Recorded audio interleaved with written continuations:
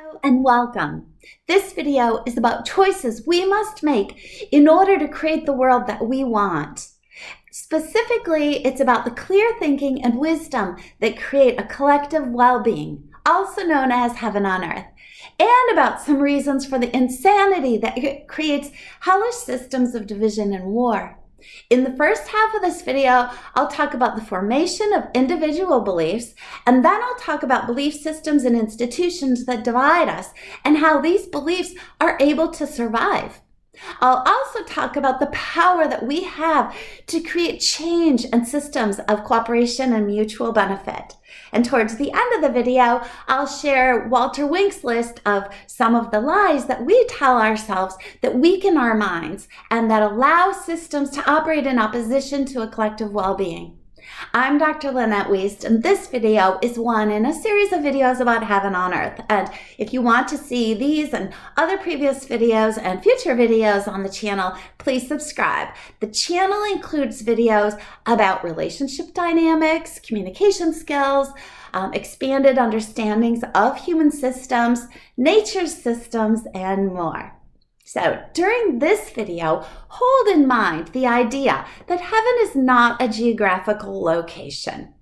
Heaven provides the experience of embracing each life as both unique and as an immeasurable element within the collective. Rather than requiring a physical death, the experience of heaven requires a death of devotion to division. Each life is an emergent element of all existence, past, present, and creating the future. And so the creation and evolution of you is connected to every life. Heaven holds the awareness of each and all lives together, the experience of a collective well-being. All love lives in heaven, and love is on earth. Heaven can be experienced here. This experience is not dependent on us getting there, as if we have to travel through time or space. Heaven is always available, and it's revealed when beliefs that create obstacles and barriers are removed. Hell is a mental space where your mind can live as though you are not connected to every life. But instead of being free from others, you unintentionally create a mental prison and you put yourself in a sort of solitary confinement.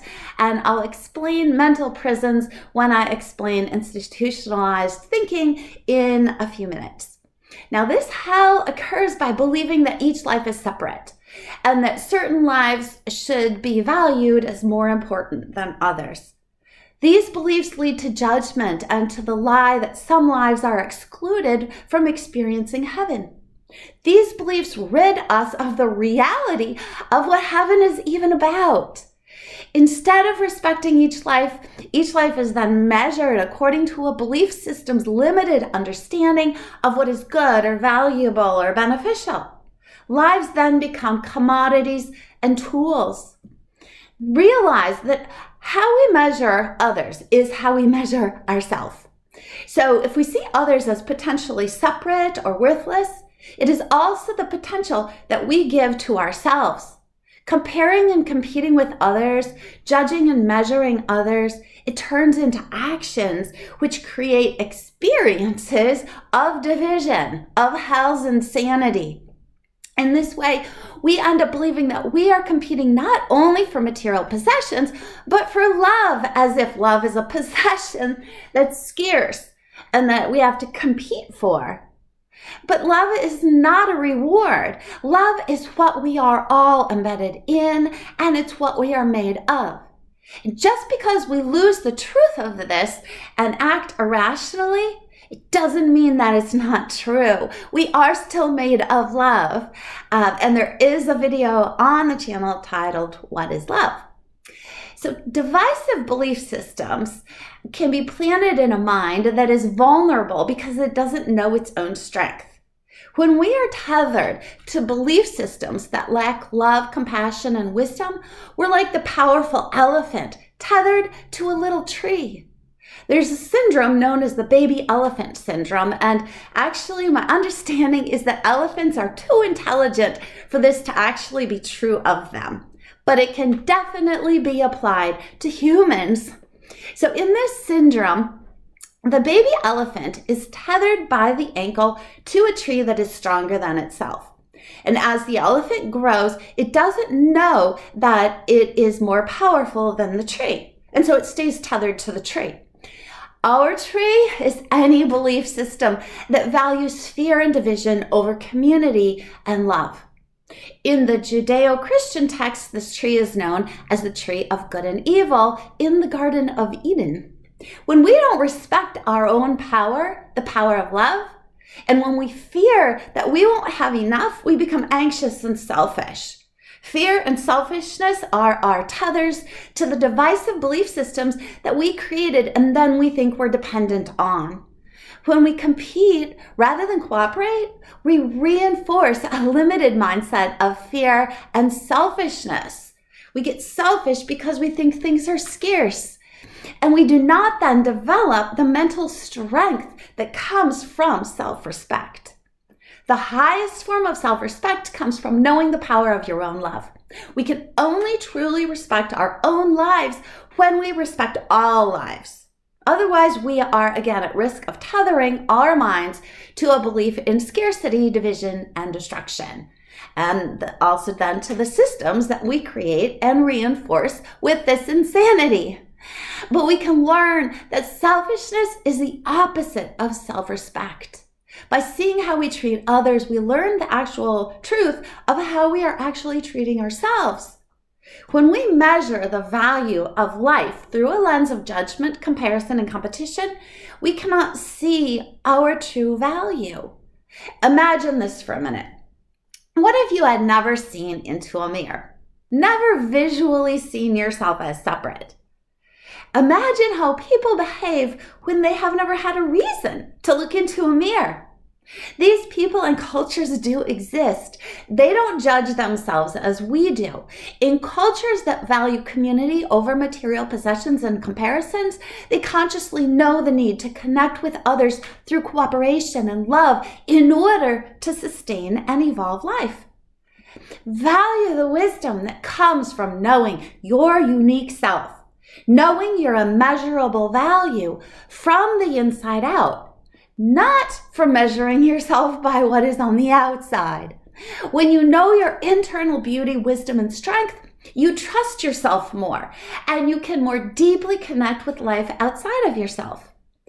What if you only saw yourself from the inside out, from the depth of who you are in your heart, and then you connected to others from this wisdom in your heart?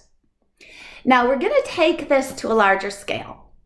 What if global coordination of collective well-being was the global operating system? Well, good news. It is. It's called the laws of nature. We humans know one of these laws in the phrase, love your neighbor as yourself. Each neighbor, the neighborhood being the planet, is a part of the self. Without others, you wouldn't be who you are. You wouldn't even be alive.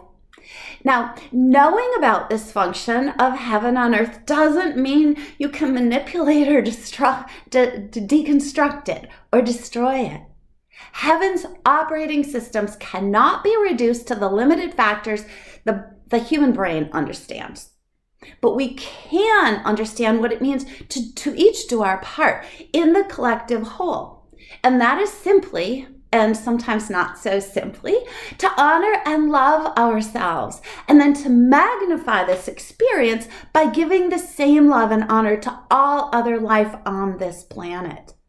Now, although nature's operating systems cannot be changed, the human species has in part used its intellect to think that it can outsmart the laws of nature. The outcome to operating against the laws of nature is that our human species has discovered how to potentially destroy itself. We are the only species trying to outsmart our dependence on collective well-being. And so we are the only species with the current capacity to destroy itself. Maybe human intelligence needs to be redirected. You would think that we must be smart enough to know that in order for us to create and govern our ongoing evolution of systems and institutions for our well-being, we have to use integrity. We have to learn about, understand, and trust the power that comes from love, from cooperation, and from peace. So how were we able to trick ourselves into the delusion that we must compete for resources and have wars in order to establish peace? Well, when we refuse to see nature's systems of collective well-being as a foundational system that we emerged from and are embedded within, we try to manufacture our own systems for ourselves to emerge from and be embedded in. And this would be benign and fine if we acknowledge that we made these man-made systems, and if we acknowledge that we are not slaves to them. However, when we create a system and forget where it came from, that we made it, we can be mentally imprisoned by it, seeing it as permanent. And then when we see facts that question or disconfirm this illusion of permanence, this mental prison, we neutralize those facts. Systems create institutions, and man-made systems create man-made institutions, but we forget that we created the man-made systems and institutions, and we think they created us. Examples of systems that we created are the economy and financial system, the legal system, the political system, religious institutions, and more. We have put ourselves in mental prisons. In prison, they say that an inmate has become institutionalized when they stop thinking for themselves, when they let go of critical thinking, and when they fully adjust to being dependent on the decisions of others. We have created mental prisons of belief. And when we are not remembering that we created these systems, they seem divinely created. They then become worshipped. What was a humanly created belief system becomes more valuable than life itself. We give it more value. A system we created that we then worship, we give more value than our lives. The followers then let go of critical thinking and adjust to being fully dependent on the decisions of others who are leading the belief system. And those leaders are often using the belief system as a tool for selfish gain. When this happens, we see people voluntarily risk their lives for a belief system in which their life is seen to have no value. But you can only convince society to create its own hell when it continues to be blind to the opportunities of heaven. Heaven's systems on earth are built of love. In heaven, each life cares about all lives. When one feels, all feel through compassion and empathy. This is how love's connective tissue operates for the benefit of all of existence. And if we don't use empathy and compassion, we're unable to gather important information about the world around us. Without this information, we can't be wise about the systems that we create. And as a result, we become ignorant and we lie to ourselves, believing that what is constructive is too costly and believing that what is destructive creates gain. But thankfully, by being embedded in nature, we are already in a system of integrity beyond our understanding. Each of us is different, but we can do our best to understand how to love others when we listen to our hearts, our instrument in the global harmony. Through compassion and empathy, what one feels, all can feel in the connective tissue of love. Walter Wink developed a list of some of the lies or delusional assumptions that we tell ourselves, which create systems and institutions that operate against our collective well-being. So here are 16 of these lies. Lie number 1. The need to control society and prevent chaos requires some to dominate others. Lie number 2. Those who dominate may use other people as a means to achieve their goals. Lie number 3. Men are better equipped by nature to be dominant than women, and some races are naturally suited to dominate others. Now, lie number 4. A valued end justifies the use of any means. Lie number 5. Violence is redemptive. It is the only language enemies understand. Lie number 6. Ruling or managing is the most important of all social functions. Lie number 7.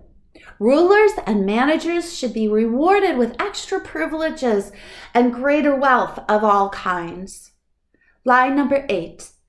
Those who have military strength, who control the most advanced technology, and have the greatest wealth, or have the largest markets, are the ones who will and should succeed. Lie number 9. Money is the most important value. Lie number 10.